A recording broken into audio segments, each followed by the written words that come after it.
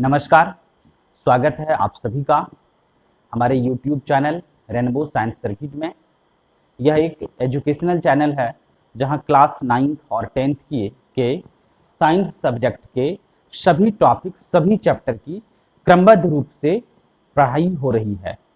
जैसा कि आप सभी को पता है, आज हम लोग क्लास 10th के केमिस्ट्री के दूसरे अध्याय अम्ल, क्षारक एवं लवण, एसिड, बेस एंड सॉल्ट को पढ़ने जा रहे हैं। यह चैप्टर पिछले कई दिनों से चलता आ रहा है और आगे अब लगभग समाप्ति की तरफ है। और हम लोगों ने जस्ट पहले वाले क्लास में लवणों के बारे में पढ़ा था और वहां आपने लवणों के पीएच मान, लवणों के गुणधर्म, लवणों के नाम को जाना था।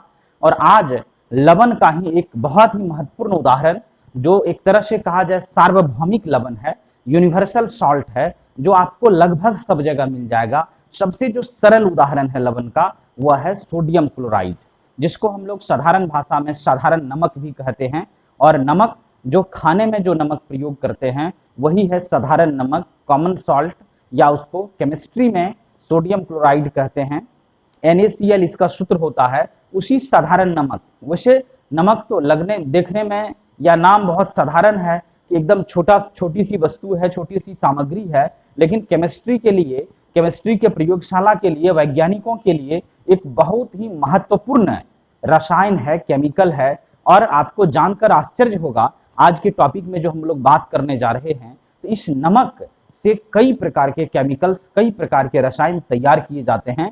और आज का हमारा टॉपिक, आज का हमारा क्लास इसी विषय पर केंद्रित है। तो आइए हम लोग क्लास की शुरुआत करते हैं हेडिंग से। आज का हम लोगों का हेडलाइन है साधारण नमक से रसायन, केमिकल्स फ्रॉम कॉमन सॉल्ट। तो देखिए, जो साधारण नमक है, भले आप केवल खाने में उसका उपयोग करते होंगे, भोजन को स्वादिष्ट बनाने में उसका उपयोग करते होंगे, लेकिन केमिस्ट्री में, रसायन के प्रयोगशाला में उससे कई तरह के रसायन या केमिकल्स तैयार किए जाते हैं।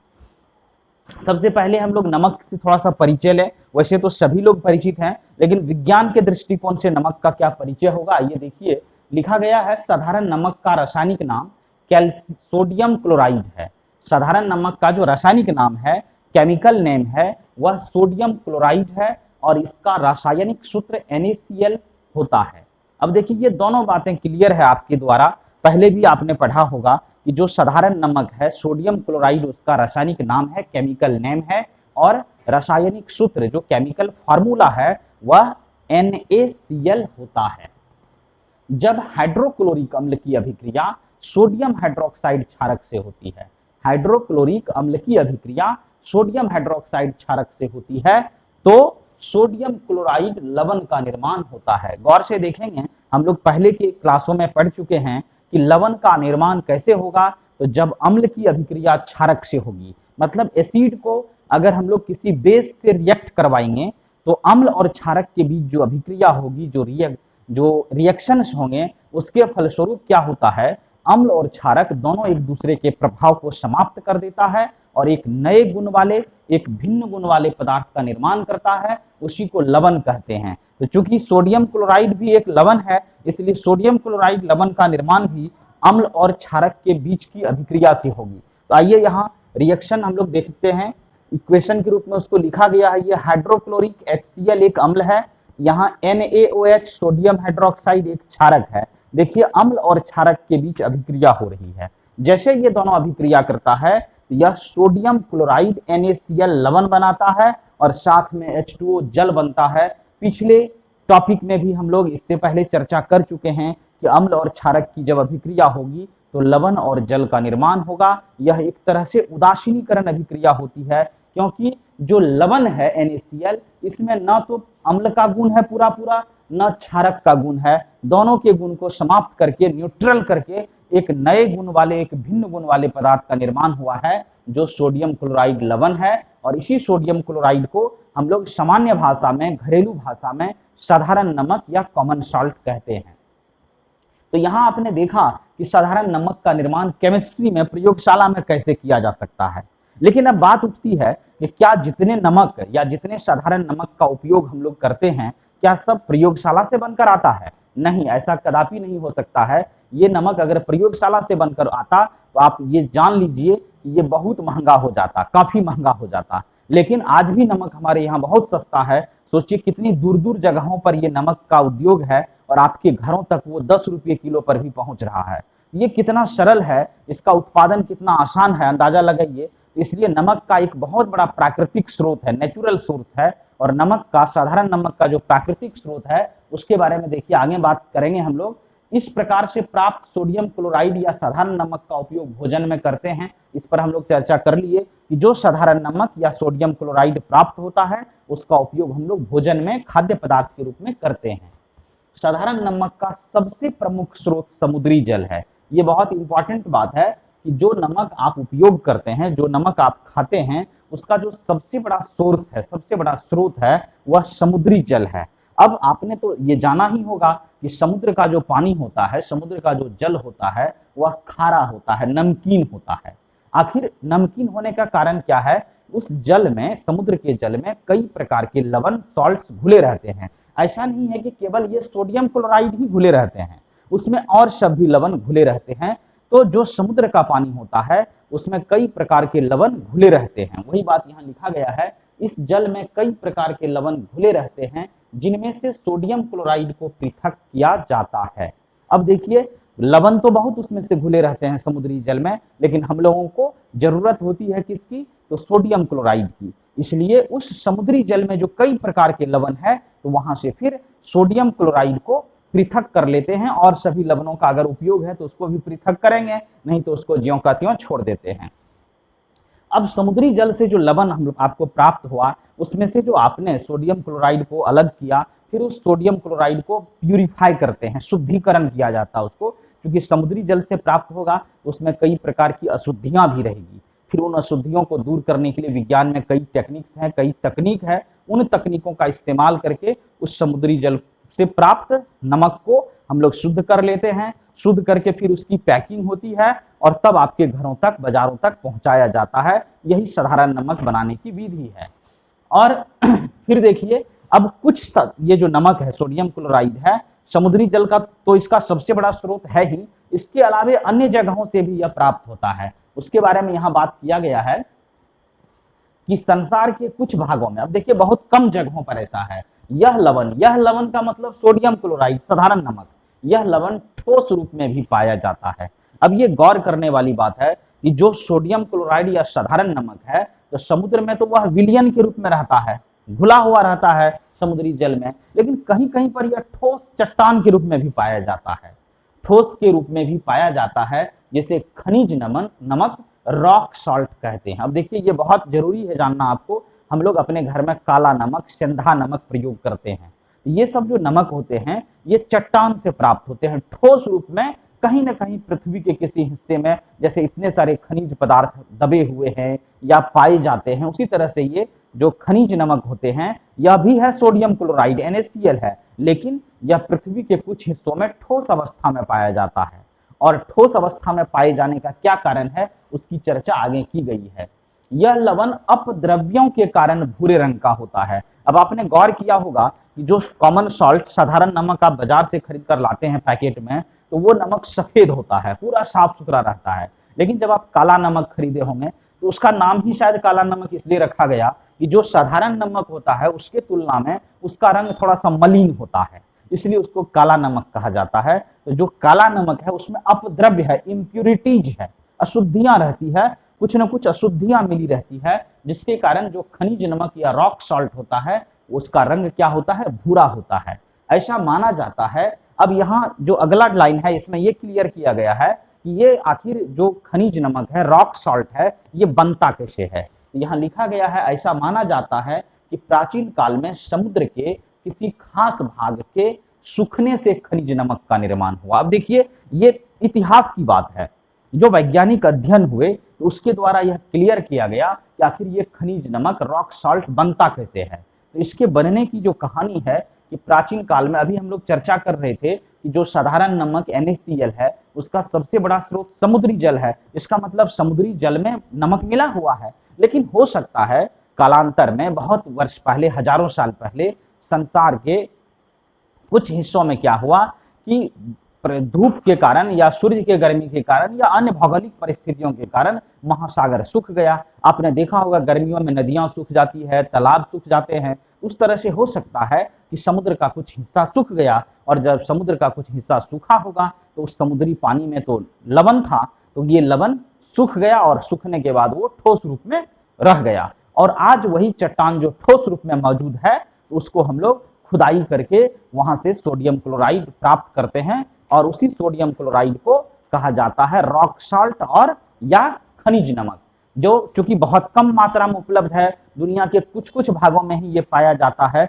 इसलिए ये थोड़ा सा दुर्लभ हो जाता है, इसकी उपलब्धता कम रहती है, यही कारण है कि महंगा होता है। आपने देखा होगा कि साधारण नमक जो सामान्यतया बाजार में मिलता है वो 10 रुपये में 1 किलोग्राम आपको मिल जाएगा, लेकिन जो काला नमक होता है वो 5 रुपया में छोटा सा पुड़िया में, मुझे लगता है वही 50 ग्राम या 100 ग्राम का पुड़िया होगा, उसमें पैकेट में मिलता है। तो ये उपलब्धता कम रहने के कारण इसकी कीमत अधिक हो जाती है, लेकिन रासायनिक दृष्टिकोण से दोनों एक ही चीज है। अब आते हैं, आगे बढ़ते हैं, साधारण नमक से प्राप्त होने वाले महत्वपूर्ण रसायन निम्नलिखित है। ये हमारा आज का टॉपिक था, क्योंकि हमने आज बात शुरू की थी आपसे कि साधारण नमक से रसायन।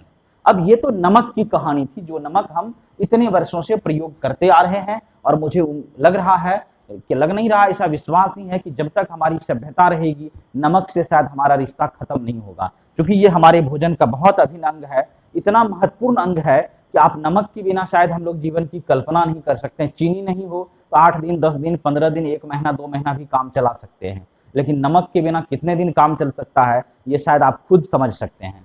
तो यह नमक हमारे दैनिक जीवन के लिए तो महत्वपूर्ण है ही, और आज चूंकि हमने आपसे शुरू में ही कह दिया था कि आज का टॉपिक जो है, यहाँ हम लोग नमक के गुण को तो जाने, लेकिन नमक से जो रसायन प्राप्त होता है, नमक से जो केमिकल्स हमें मिलते हैं, उसकी भी चर्चा विस्तार से इस टॉपिक में करने जा रहे हैं।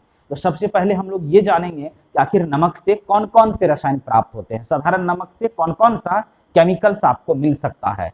तो वैज्ञानिकों ने साधारण नमक से कई तरह के केमिकल्स प्राप्त किए हैं, और इस पर अभी भी रिसर्च जारी है, खोज जारी है। विज्ञान हमेशा यह प्रयास करता है कि जो कच्चा माल, जो रॉ मटेरियल हमारे प्रकृति में उपलब्ध है, जैसे हमारे घर में दूध उपलब्ध था, तो जो समझदार लोग थे, जो खाना पकाने वाले लोग थे, उसी दूध से रसगुल्ला, पेड़ा, मिठाई, पता नहीं पनीर, दही, कितने तरह के व्यंजन, खाद्य पदार्थ बना दिए, और आज भी आप देखेंगे नए नए खाद्य पदार्थ बनते जा रहे हैं।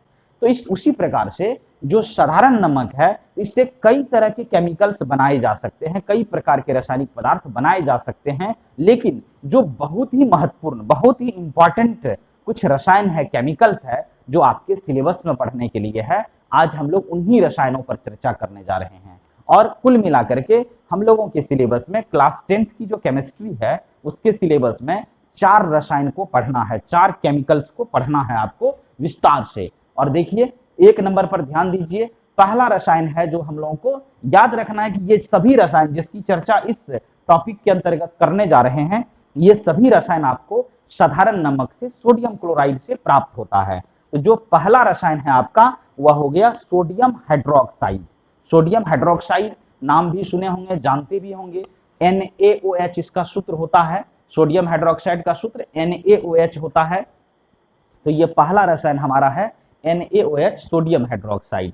दूसरा रसायन ये विरंजक चूर्ण है, ब्लीचिंग पाउडर, खूब प्रचलित है, ये सब लोग जानते हैं। हिंदी में थोड़ी सी कम प्रसिद्धि इसको मिली हुई है, अंग्रेजी नाम ही बहुत प्रचलित है, लोग ब्लीचिंग पाउडर खूब जानते होंगे। ब्लीच शब्द का मतलब ही है साफ करने वाला, कीटाणुओं को मारने वाला। आपने देखा होगा खास करके सड़कों के किनारे, अस्पतालों में या गंदे जगहों पर सवेरे सवेरे जो सफाई कर्मी होते हैं, वो सफाई करने के बाद ब्लीचिंग पाउडर, एक सफेद रंग क्रीम कलर का पाउडर छिड़काव कर देते हैं, जिससे विशेष तरह की गंध आती है, वही ब्लीचिंग पाउडर है, विरंजक चूर्ण है। तो इस टॉपिक के अंतर्गत हम लोग यह भी जानने का प्रयास करेंगे कि आखिर साधारण नमक से यह ब्लीचिंग पाउडर, यह विरंजक चूर्ण कैसे बनता है, कैसे प्राप्त होता है।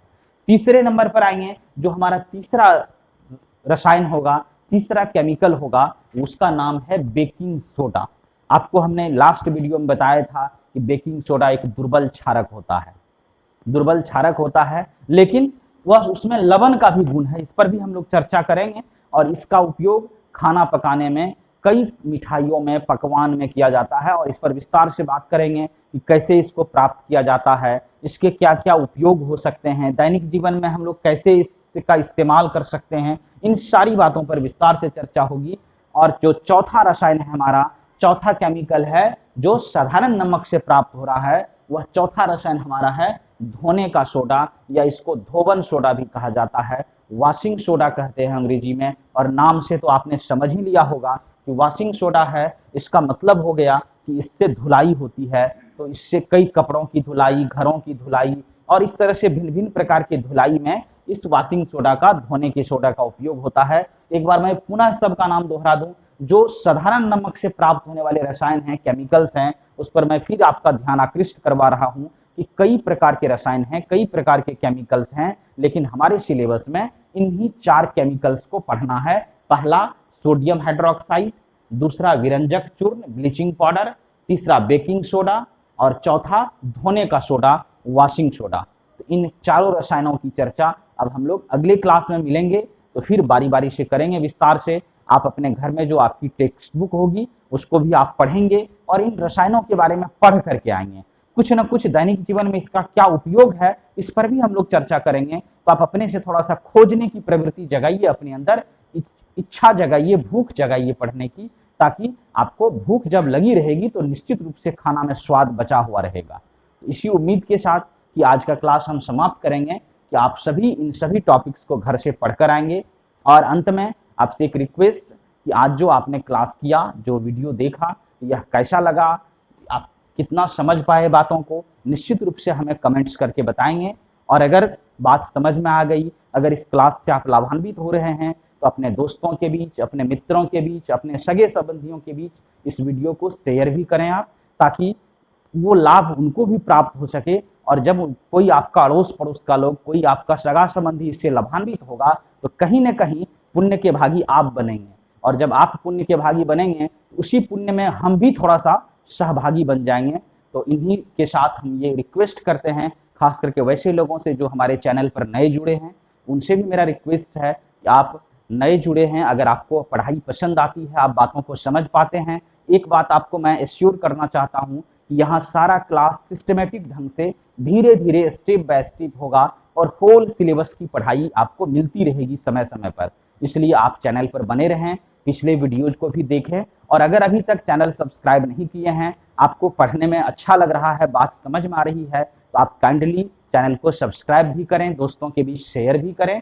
फिर मिलेंगे इसी तरह का मजेदार, इसी तरह का इंटरेस्टिंग वीडियो लेकर अगले क्लास में। तब तक के लिए धन्यवाद। जय हिंद।